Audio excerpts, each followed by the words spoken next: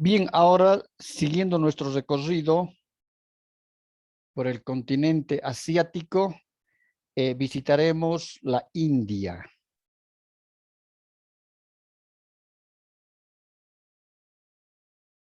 La India, como una de las últimas colonias británicas, ha desarrollado una diversidad de acciones, tanto en el sector agrícola, en el sector industrial, como también en la parte de la producción minera. Si vemos, tiene una amplia franja costera hacia el Océano Índico,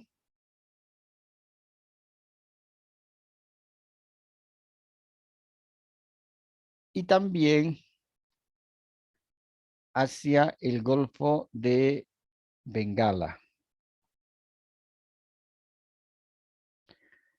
Una buena red hídrica con ríos que inclusive, es decir, la mayor parte de ellos desembocan hacia el Golfo de Bengala. Es un país muy tradicional, limita al norte con China, al noroeste con Pakistán,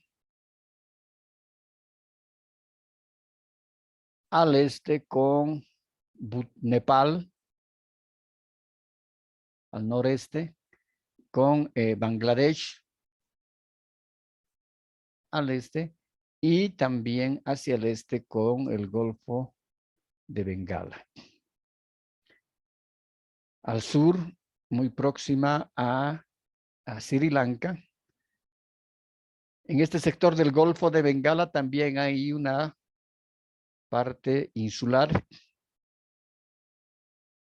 como las islas de Andamán, las islas de Nicobar, que pertenecen a la India, y esto determina que tenga también playas hermosas en toda la parte que corresponde al Golfo.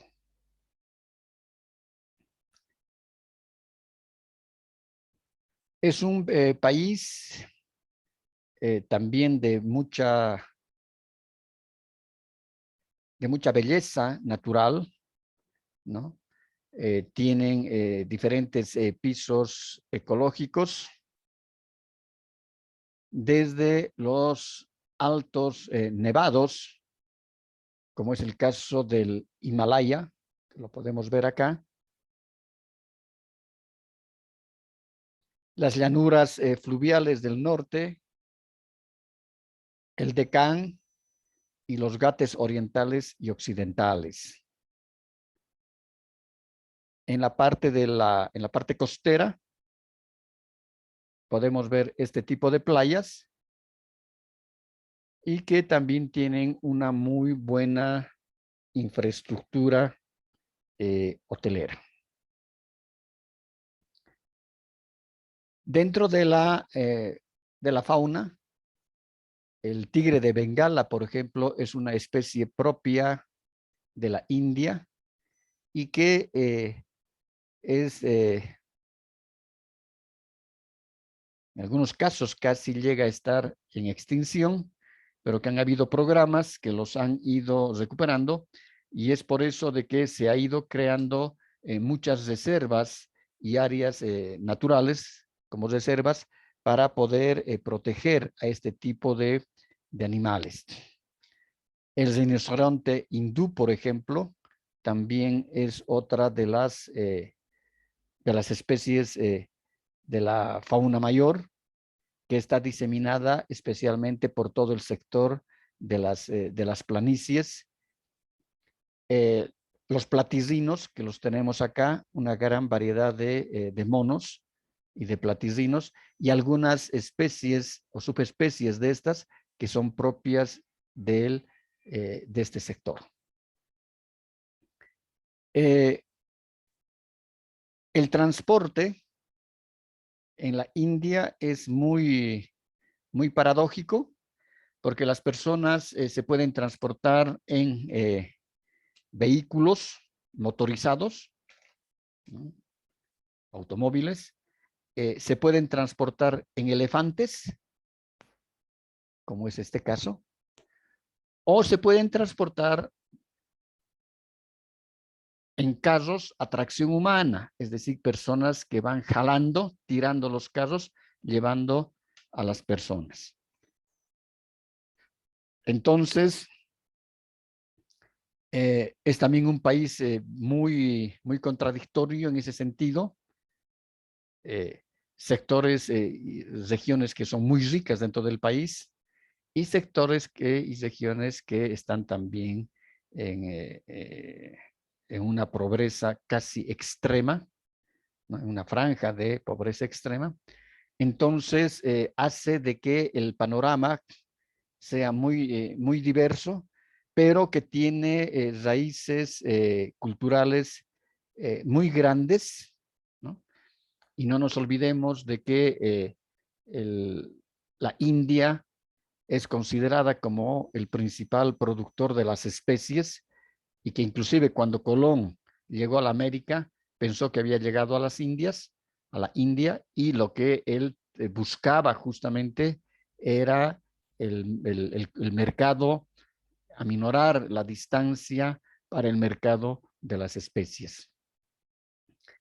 Si nosotros vemos, por ejemplo, los mejores restaurantes hindús no están en la India, sino que los mejores restaurantes hindús y con la mejor oferta gastronómica los tenemos en Inglaterra y especialmente en Londres. Como fue colonia británica, entonces los ingleses han aprovechado mucho esa parte de la gastronomía hindú, de las especies, y esas las han transportado y las han llevado a Inglaterra, donde la gastronomía florece gracias a la utilización de las especies traídas desde la India. Por eso que hasta el día de hoy, ¿no? Imagínense, ya pasan más de 500 años, todavía a todos los habitantes de la América se les dice indios, porque Colón pensó que estaba llegando a la India y los indios son los hindús. Es decir, cómo ha quedado todavía ese estigma. Es una cultura muy grande, con unos valores culturales muy enraizados en su población. Por ejemplo, aquí vemos el encantador de serpientes, ¿no?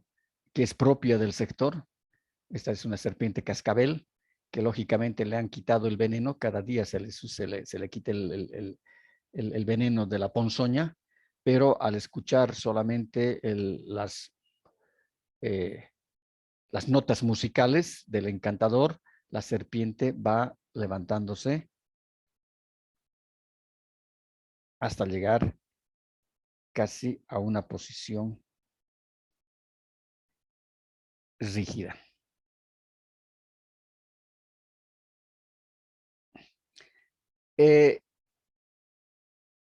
No nos olvidemos de que las vacas, el ganado, los bueyes son animales sagrados a la India y no son comidos, pero sí sirven también para el trabajo agrícola. Entonces, en Delhi, por ejemplo, en la capital, podemos encontrar a las vacas, a los bueyes sentados en las calles. Nadie les puede decir nada porque son animales sagrados, ¿no? Y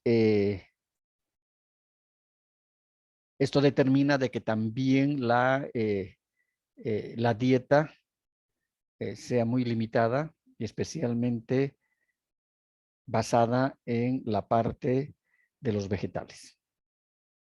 La producción agrícola tiene esas mismas características, es decir, aquí, por ejemplo, vemos a un hombre, a un labrador, que utiliza como medio para poder jalar las astras a un camello, ¿no? Y se trabajan las labores agrícolas culturales de esa manera.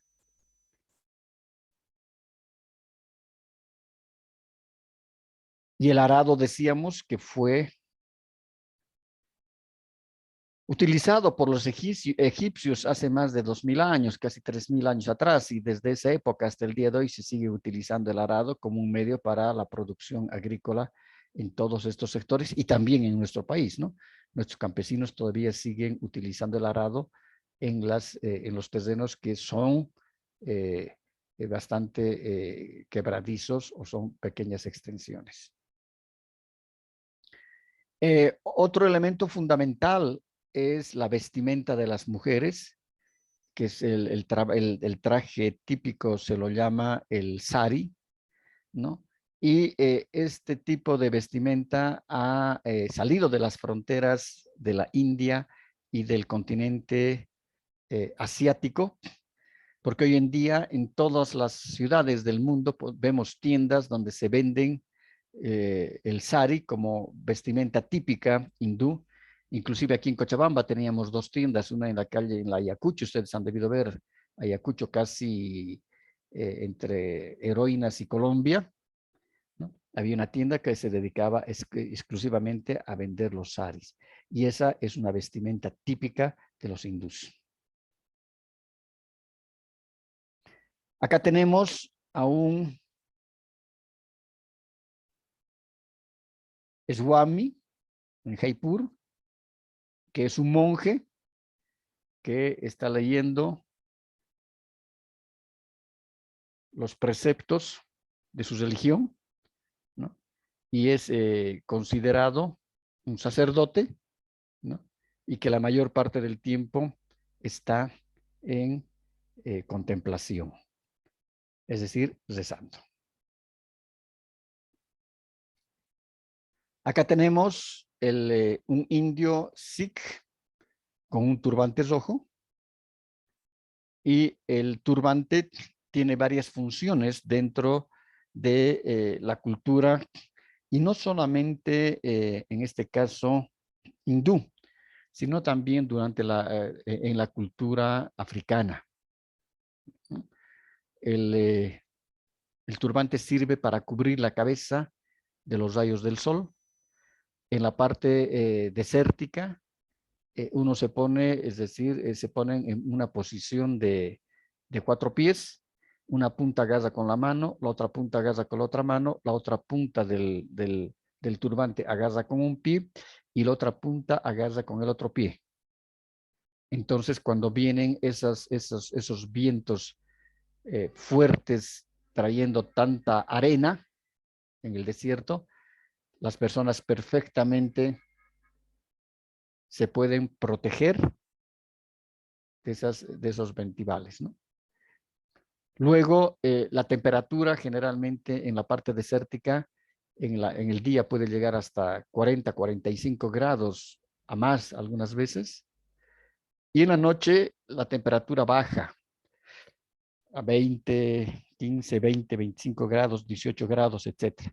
Entonces, el turbante les sirve también como una frazada para poderse cubrir del frío que pueda tener en ciertas temporadas en el desierto. Entonces, la utilización del turbante es todo un arte dentro de estas culturas. Acá tenemos a una muchacha en Rajasthan, ¿no? Utilizando la vestimenta típica. Otra característica fundamental que hasta el día de hoy, por ejemplo, las mujeres siguen transportando en ciertos pueblos el agua, ¿no? Aquí vemos, por ejemplo, en la ciudad de Jaipur, el agua la transportan en estas tinajas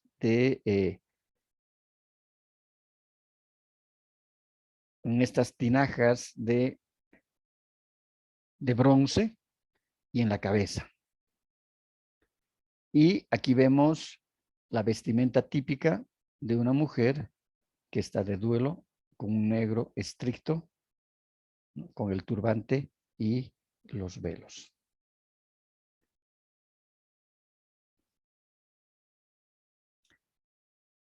No nos olvidemos de que el opio, que es también ahora, ha sido utilizado milenariamente, tanto en la India, principalmente, como también en sí, en gran parte del continente asiático. Hoy es una sustancia controlada. Aquí vemos a una abuela, por ejemplo, fumando opio, que forma parte de su cultura. Aquí tenemos un peregrino hindú que está haciendo un desplazamiento y debe estar haciendo una peregrinación, ¿no? Ay, Dios, deben estar bloqueando acá.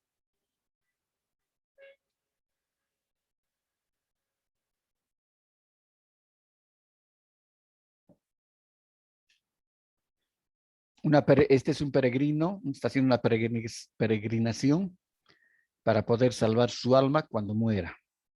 Y está solamente con un taparrabo y una bata. Este es un hombre santo en la ciudad de Patna, que es consultado por la población porque es un hombre sabio, tiene la sabiduría y resuelve los problemas de las personas. La población lo alimenta, lo mantiene y él solamente se dedica a predicar y a solucionar los problemas de los demás.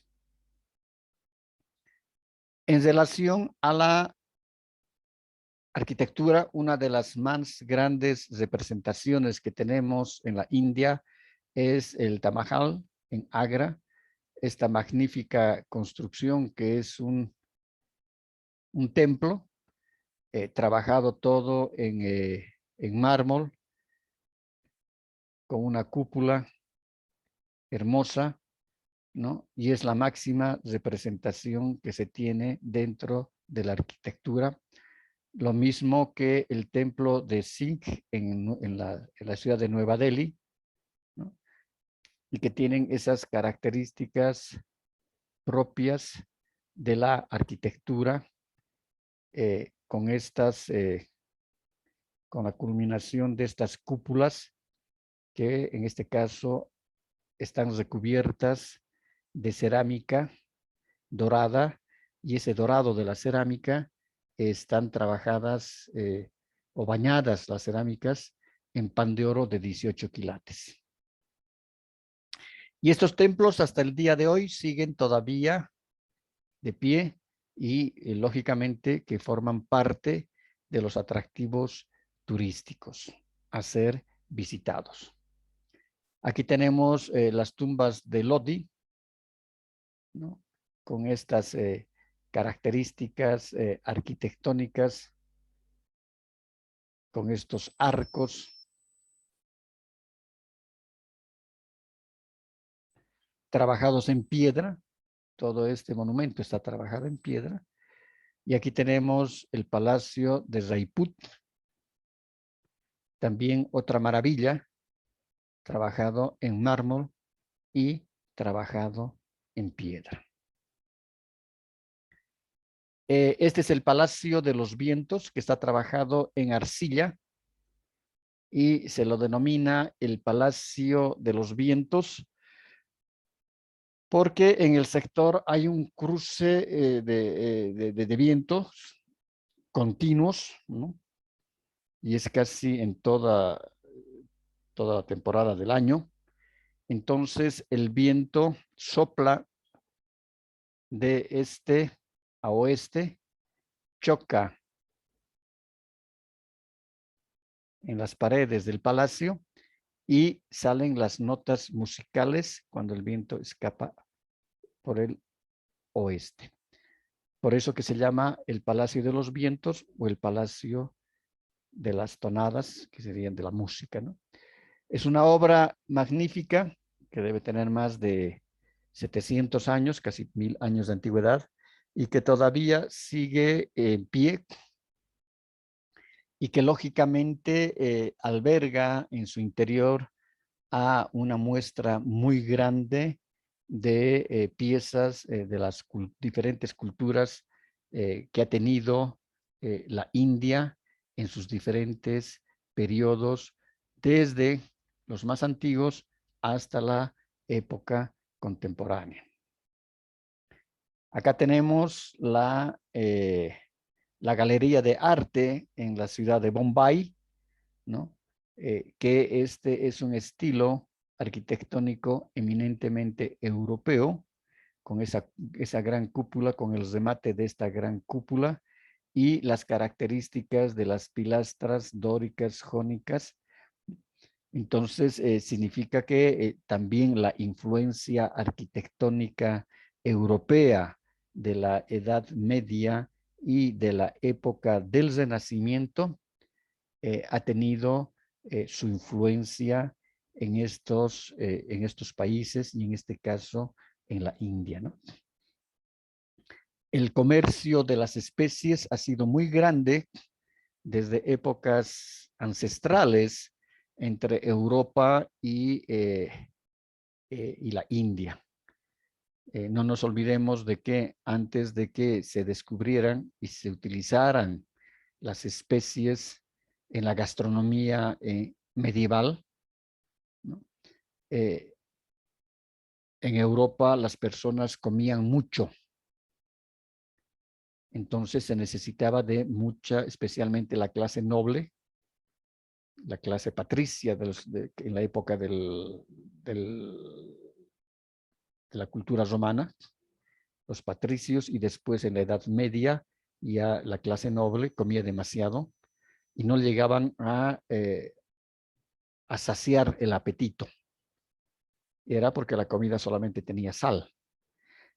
Cuando se descubren las especies, entonces la cantidad de comida es reducida totalmente, las porciones para las personas, porque con las especies, con los condimentos, las especies, etcétera, el cuerpo humano, y en este caso el estómago, se llega a saciar más rápido. Entonces, por eso que las cantidades son menores. Y eso hace de que justamente sea lo más requerido y lógicamente también por el sabor que da las especies, y a ese sabor hay que añadir también la textura de los platos, es de que se vuelve pues el comercio de las especies es tan grande que inclusive se crea la ruta de las especies que sale desde Europa, ¿no? Para llegar hasta el continente asiático y en este caso hasta la India. Acá tenemos un templete en Rajasthan, muy antiguo, cuyas características arquitectónicas siempre fueron el remate con las cúpulas de media naranja, acá, y también sujetando los pilares y las pilastras.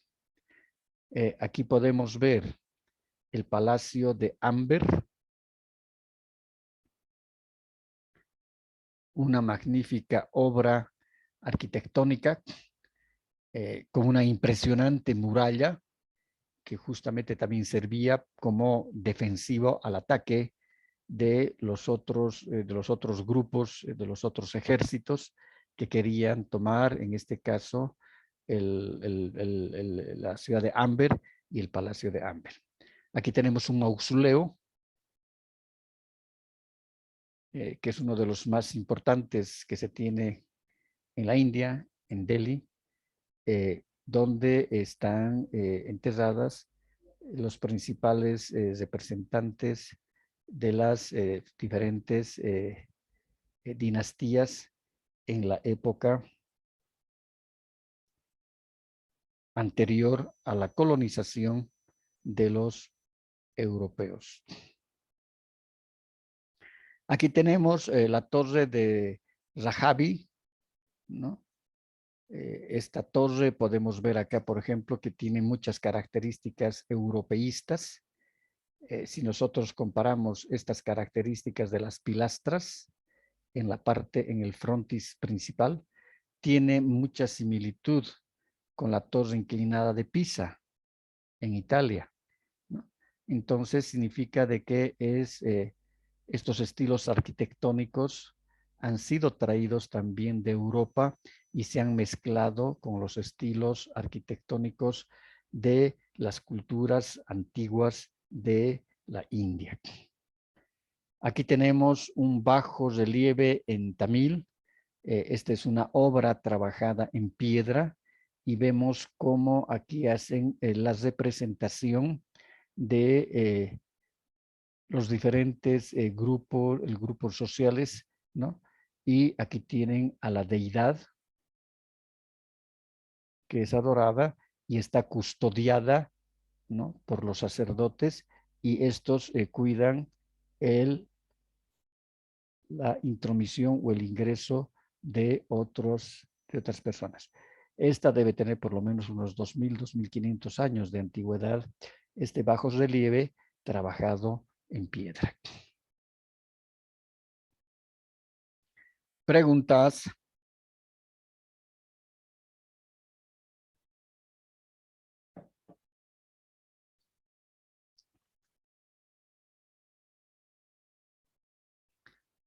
Acá tenemos en Orissa, la Gran Casa, las pinturas de Orissa que pertenecen a dos periodos del siglo I y II, el siglo I antes de Cristo y de la época medieval. El templo de Siva en Madras, esta corresponde a una arquitectura eminentemente propia de los hindús, donde podemos ver el trabajo de los bajos relieves y de los altos relieves en todas las partes aquí en las cornisas de este arco, ¿no? Y estos son representaciones de diferentes gestas y batallas en el transcurso de muchos, tal vez cientos de años, y que son representadas justamente en esta puerta. Y aquí tenemos, como decíamos, un siglo siglo I antes de la era cristiana, también con esas características arquitectónicas muy propias del lugar. Estos son muy parecidos a los arcos ojivados. Perdón, aquí están los arcos ojivados, ¿no? Y aquí tenemos estos ojos que sirven de ventanas. Y estas son obras, por ejemplo, esta es una parte del arte hindú que son trabajados en arcilla, pero que son losas de arcilla que tienen figuras y son huecas. Entonces, celosías se llama, que dejan pasar la luz. Estas son las celosías, ¿no? Entonces, son trabajadas en cerámica, son como ladrillos, pero huecos, que tienen sus huecos aquí y dejan pasar la luz. Esa, por ejemplo, es una característica propia de la arquitectura hindú.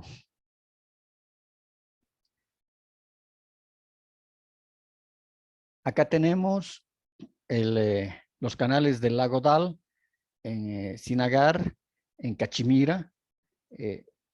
Estos canales desembocan al lago en Cachemira.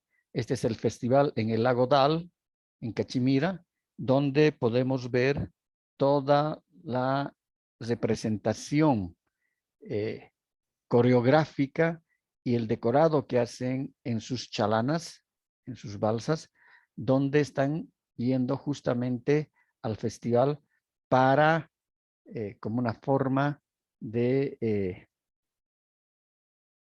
reconocimiento y de agradecimiento a sus deidades.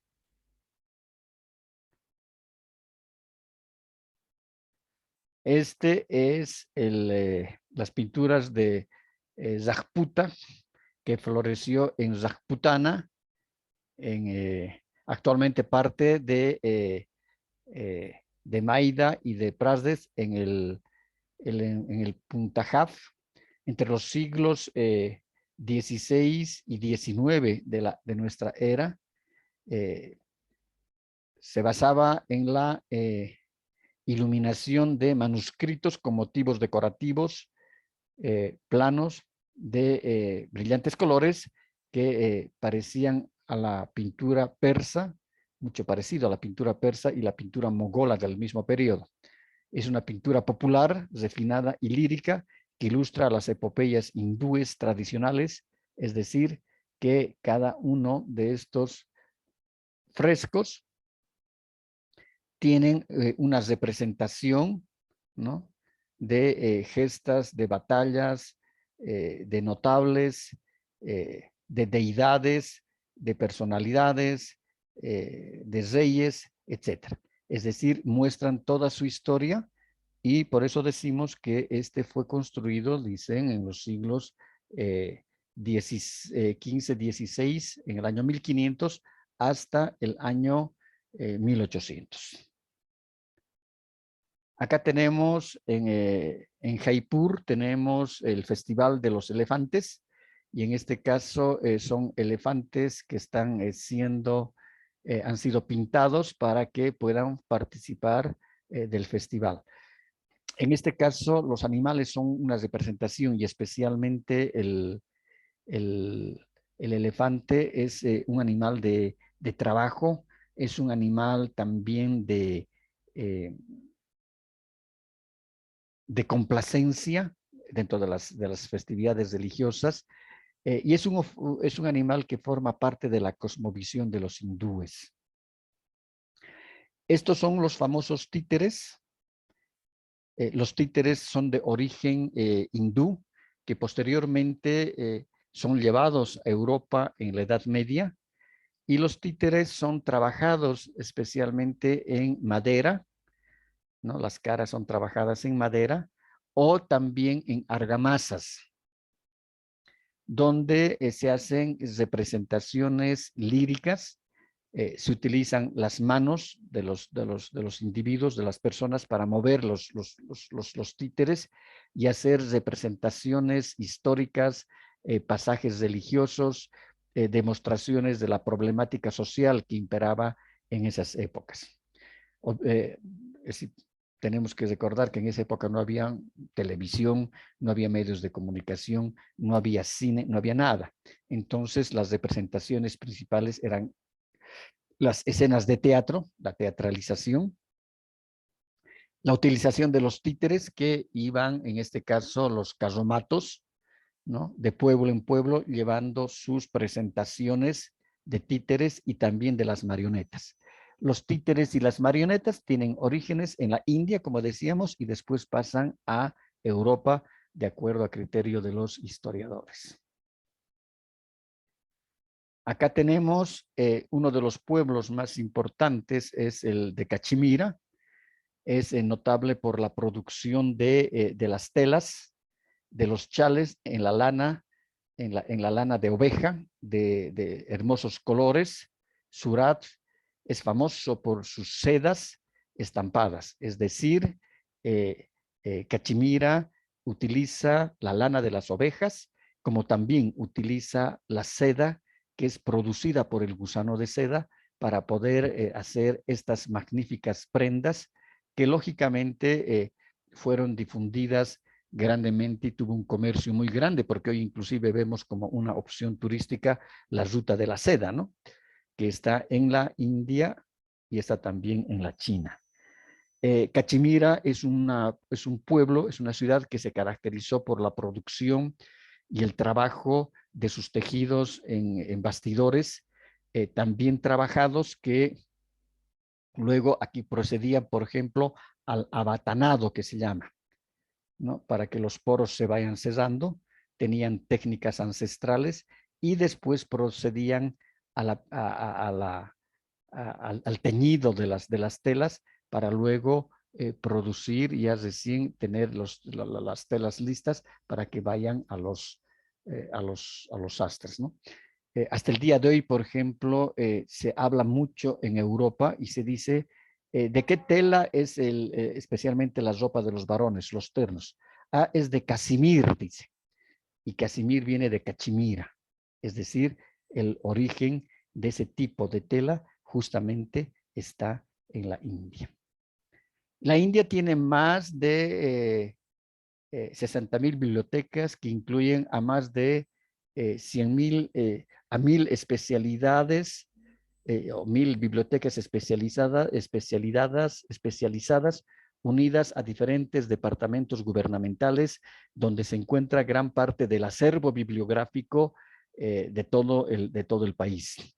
Es decir, desde libros, desde épocas remotas hasta la última producción literaria, se encuentran en estas más de 60,000 bibliotecas que se encuentran diseminadas en toda la India. Esto representa el baño, los bañistas en el Ganges, y como parte de la cultura y también de la religión que tienen los hindús, el río Ganges es el río sagrado de la India y se dice que los hindús tienen que bañarse una vez al año en el río Ganges para poder recibir las bendiciones. Entonces ustedes pueden ver aquí a los bañistas, ¿no? Y esto mismo ha hecho de que este río esté demasiado o extremadamente contaminado hoy en día. Pero es una parte de la tradición y es una parte de la cultura hindú. El transporte, como decíamos, uno se puede transportar en elefantes, y esto vemos en la misma ciudad de Delhi, ¿no? En Nueva Delhi, la capital, en la parte de las ciénegas de los pantanales, podemos transportarnos en chalanas. En la ciudad nos podemos trasladar a tracción humana, es decir, que este muchacho está jalando una tipo carreta, o podemos también trasladarnos en carretas tiradas por bueyes. Es decir, es un país que tiene una gran raíz cultural en todo su quehacer diario. ¿Preguntas?